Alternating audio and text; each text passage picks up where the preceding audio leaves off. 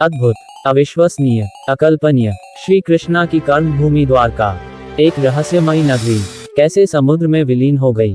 इस बारे में काफी अलग अलग मंतव्य सुनने में आते हैं। यदुवंश की समाप्ति और भगवान श्री कृष्ण की जीवन लीला पूर्ण होते ही द्वारका समुद्र में डूब गई, ऐसा माना जाता है। और आज भी पुरातत्व विभाग कितने अनसुलझे रहस्यों को सुलझाने के लिए प्रयत्नशील है।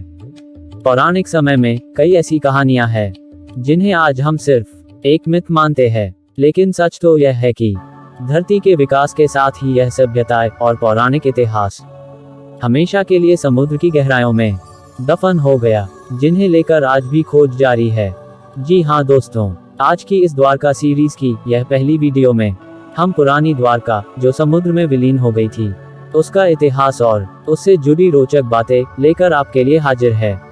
द्वारका की टूर गाइडेंस की दूसरी वीडियो लेके हम बहुत जल्द आएंगे दोस्तों, लेकिन अगर आपने अभी तक हमारा चैनल सब्सक्राइब नहीं किया है तो इसे सब्सक्राइब अवश्य कर ले। दोस्तों, द्वारका एक ऐसा प्राचीन धार्मिक शहर है जिसे कभी भगवान श्री कृष्णा ने बसाया था। द्वारका धाम हिंदू धर्म के चारों धामों में से एक है। धार्मिक दृष्टि से द्वारका को सप्तपुरियों में गिना जाता है, यानी कि द्वारका भारत के सबसे 7 प्राचीन नगरों में से एक है, जिसमें बाकी 6 मथुरा, काशी, हरिद्वार, अवंतिका, कांचीपुरम और अयोध्या है।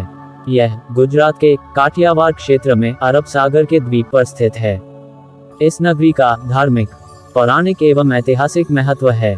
द्वारका का प्राचीन नाम कुशस्थली था। पौराणिक कथाओं के अनुसार महाराजा रैवतक के समुद्र तट पर कुश बिछाकर यज्ञ करने के कारण ही इस नगरी का नाम पहले कुशस्थली था। कुछ लोग द्वारका को द्वारावती, कुशस्थली, आनर्तक, ओखामंडल, गोमती द्वारिका, चक्रतीर्थ, अंतर्द्वीप, वारिदुर्ग के नाम से भी जानते हैं। इस शहर के चारों ओर बहुत ही लंबी दीवार थी, जिसमें कई द्वार थे।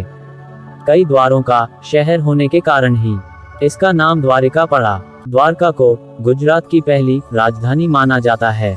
शहर के नाम का शाब्दिक अर्थ संस्कृत में स्वर्ग का प्रवेश द्वार है, क्योंकि द्वार का अर्थ है द्वार यानी कि दरवाजा, और का मतलब ब्रह्मा है। अगर आप देखें तो द्वारका को इतिहास में मोक्षपुरी, द्वारकामती और द्वारकावती के नाम से भी संबोधित किया गया है। चलिए अब बात करते हैं द्वारका का इतिहास और उससे जुड़ी रहस्यमयी तथा कुछ रोचक बातें। कंस के वध के पश्चात इसी वजह से जरासंध ने यदुवंशी और कृष्णा से बदला लेना चाहा। उसने प्रतिज्ञा की कृष्णा और यदुवंशियों का नामो निशान मिटा देगा, और इसीलिए वह मथुरा पर बार बार आक्रमण करने लगा। और इसी कारण से यादवों की रक्षा करने हेतु कृष्णा ने अंत में मथुरा को छोड़ने का निर्णय लिया। ऐसी मान्यता है कि मथुरा छोड़ने के बाद अपने परिजनों एवं यादव वंश की रक्षा हेतु भगवान श्री कृष्ण ने भाई बलराम तथा यादव वंशियों के साथ मिलकर द्वारकापुरी का निर्माण विश्वकर्मा से करवाया था। इस नगरी को कृष्णा की कर्मभूमि भी कहा जाता है। दोस्तों, द्वारका नगरी के नष्ट होने के बारे में आपको बहुत सारे अलग अलग मत सुनने को मिलेंगे, लेकिन अचानक क्या हुआ कि यह पूरी नगरी जलमग्न हो गई। ऐसे में सवाल उठता है कि पूरी की पूरी नगरी समुद्र में क्यों और कैसे समा गई। द्वारिका नगरी के विलीन हो जाने के पीछे बहुत सारी कहानियां और मान्यताएं हैं। यदुवंश की समाप्ति और भगवान श्री कृष्ण की जीवन लीला पूर्ण होते ही द्वारका समुद्र में डूब गई, ऐसा माना जाता है। तो काफी सारे इतिहासकारों का यह मानना है कि कृष्णा के मृत्यु के बाद जानबूझकर नष्ट किया गया था।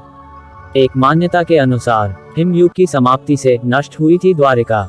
कहते हैं कि 9000 साल पहले हिमयुग की समाप्ति हुई, जिसके बाद समुद्र का जलस्तर बढ़ने की वजह से द्वारिका समुद्र में समा गई। सवाल उठता है कि भला कोई कैसे इतने बड़े शहर के अस्तित्व को खत्म कर सकता है। कोई कहता है कि यह किसी प्राकृतिक घटना की वजह से हुआ था। एक मान्यता ऐसी भी है कि इसे शायद एलियन ने नष्ट कर दिया होगा। इसका इतिहास यह कहता है कि शास्त्रों के अनुसार 36 साल तक राजकारभार देखने के बाद कृष्ण का देहांत हो गया था। कहा जाता है कि यह वह वक्त था जब यादव लोग आपस में लड़ रहे थे। उनके जरासंध और बाकी बाहरी दुश्मन भी थे। ऐसे में द्वारिका पर आक्रमणों का दौर जारी था।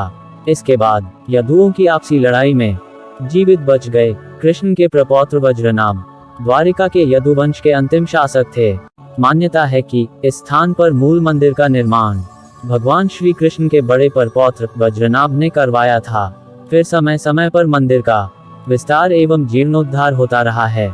कहा जाता है कि द्वारिका के समुद्र में डूबने पर अर्जुन द्वारिका गए और वज्र तथा शेष बची यादव महिलाओं को हस्तिनापुर ले गए और फिर कृष्ण के प्रपौत्र वज्र को हस्तिनापुर में मथुरा का राजा घोषित किया था।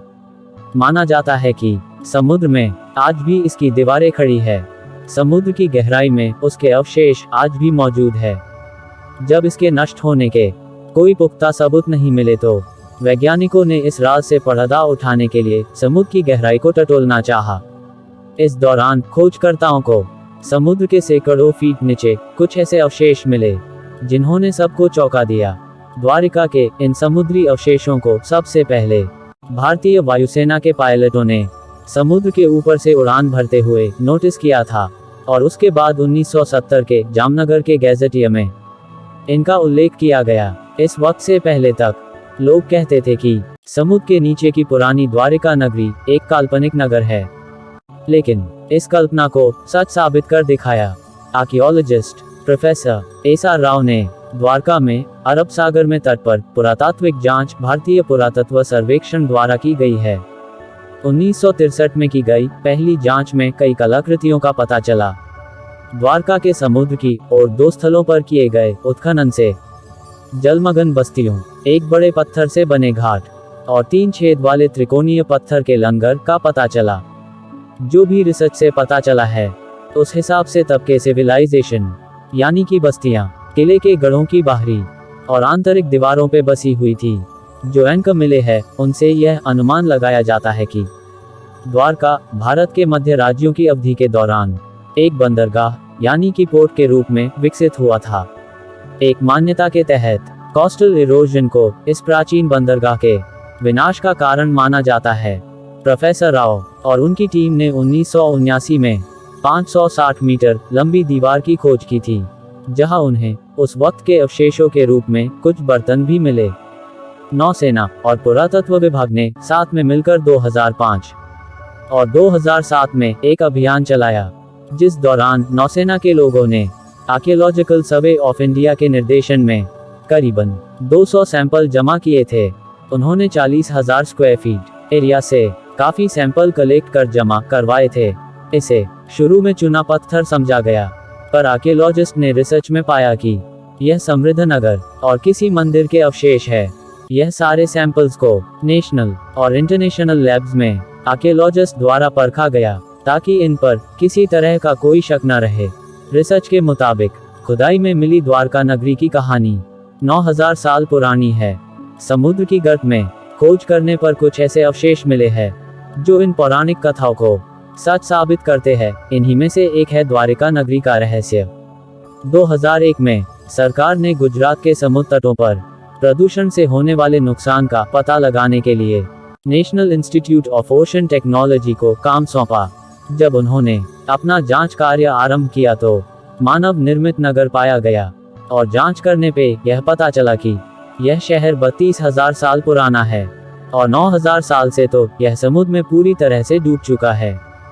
हालांकि इस नगरी और उसे जुड़े रहस्यों पर आज भी खोज हो रही है। आशा यही है कि भविष्य द्वारिका के नष्ट होने का सही कारण क्या था, इस गुत्थी को कभी न कभी तो जरूर सुलझाएगा। आपको अगर हमारा वीडियो अच्छा लगा है तो इसे लाइक अवश्य कर दे और अभी तक अगर आपने हमारा चैनल सब्सक्राइब नहीं किया है तो इसे सब्सक्राइब अवश्य कर ले। Thanks for watching.